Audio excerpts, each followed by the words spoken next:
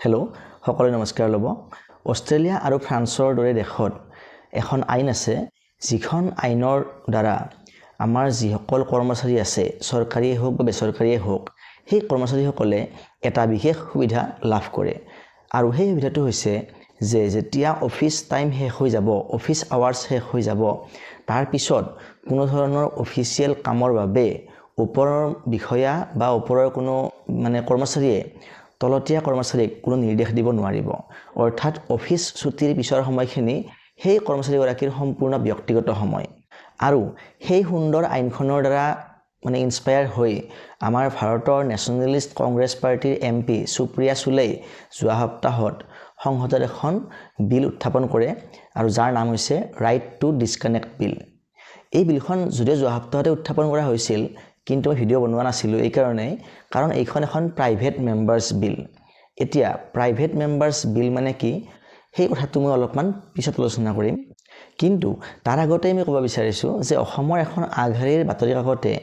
এটা বাতৰি প্ৰচাৰ কৰিছে যে এতিয়াৰে পৰা চৰকাৰী কৰ্মচাৰীসকলে ছুটিৰ পিছত অফিচ টাইমৰ পিছত কোনো ধৰণৰ এনেকুৱা কামৰ প্ৰেছাৰ ল'বলগীয়া নহয় গতিকে ইয়াৰ যেটো সম্ভাৱনা হেতু কিমান পৰ্যন্ত আছে আমি কিমান আশা কৰিব পাৰো যে এনেকুৱা এখন আইন ভাৰততো আহিব সেই কথাখিনি আলোচনা কৰাৰ কাৰণে মই এই ভিডিঅ'টো বনাবলৈ লৈছিলোঁ এতিয়া কথা হ'ল যে মই ইতিমধ্যে উল্লেখ কৰিলোঁ এইখন এখন প্ৰাইভেট মেম্বাৰ্ছ বিল এতিয়া প্ৰাইভেট মেম্বাৰ্ছ বিল মানে কি হেতু হ'ল যে ভাৰতৰ যিবিলাক সাংসদ আছে এমপি মেম্বাৰ অফ পাৰ্লিয়ামেণ্ট আছে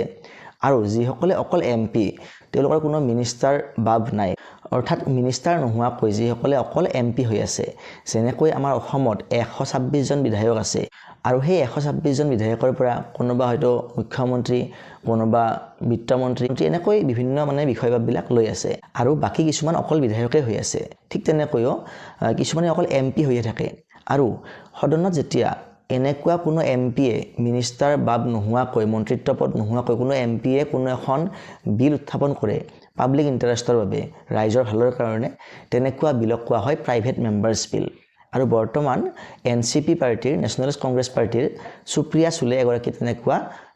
এমপি অকল এমপি তেওঁৰ কোনো মিনিষ্ট্ৰী বা মিনিষ্টাৰ পদ তেওঁৰ কোনো নাই এতিয়া কথা হ'ল কি এনেকুৱা এখন বিল আইন হোৱাটো কিমানখিনি সম্ভাৱনা থাকে বিলখন কেতিয়া আইন হয় যেতিয়া সংসদৰ দুয়োটা সদনতে বিলখন পাছ হয় লোকসভা ৰাজ্যসভা দুয়োটাতে পাছ হয় তেতিয়া এই বিলখন আইন হয় ৰাষ্ট্ৰপতিয়ে হস্তাক্ষৰ কৰাৰ পিছত এতিয়া কিমান চান্স থাকে যে এখন প্ৰাইভেট মেম্বাৰ্ছ বিল আইন হ'ব পাৰে আমাৰ ভাৰতৰ স্বাধীনতাৰে পৰা এতিয়ালৈকে ইমান বছৰ হৈ গ'ল অলমোষ্ট 78 ইয়াৰ্ছ হৈ গ'ল 78 বছৰ হৈ গ'ল আৰু এই 78 বছৰত মাত্ৰ 14খনহে এনেকুৱা প্ৰাইভেট মেম্বাৰ্ছ বিল আইনলৈ পৰিৱৰ্তিত হৈছে ইমানেই ৰেটটো কম আৰু ইণ্টাৰেষ্টিংলি লাষ্ট 1970 চনত এখন হৈছিল প্ৰাইভেট মেম্বাৰ্ছ বিল আইন হৈছিল তাৰ পিছত 1970 চনৰে পৰা এতিয়ালৈকে এই 55 বছৰত কোনো প্ৰাইভেট মেম্বাৰ্ছ বিল আইনলৈ পৰিৱৰ্তিত হোৱা নাই গতিকে এই বিলখন যে হ'ব তেনেকুৱা কোনো সম্ভাৱনা একেবাৰে নাই সেয়েহে আমাৰ যিখিনি কৰ্মচাৰী আছে প্ৰাইভেটেই হওক বা চৰকাৰীয়ে হওক তেখেতসকলে এই বাতৰিটো লৈ ইমান আনন্দ প্ৰকাশ কৰা কোনো অৰ্থ নাই আৰু এই বিলখন যে আইন হ'ব আমি এইটো আশা কৰিব নোৱাৰোঁ যিহেতু তেনেকুৱা ৰেকৰ্ড নাই একেবাৰে ৰেয়াৰলিহে কোনোবা এখন প্ৰাইভেট মেম্বাৰ্ছ বিল আইনলৈ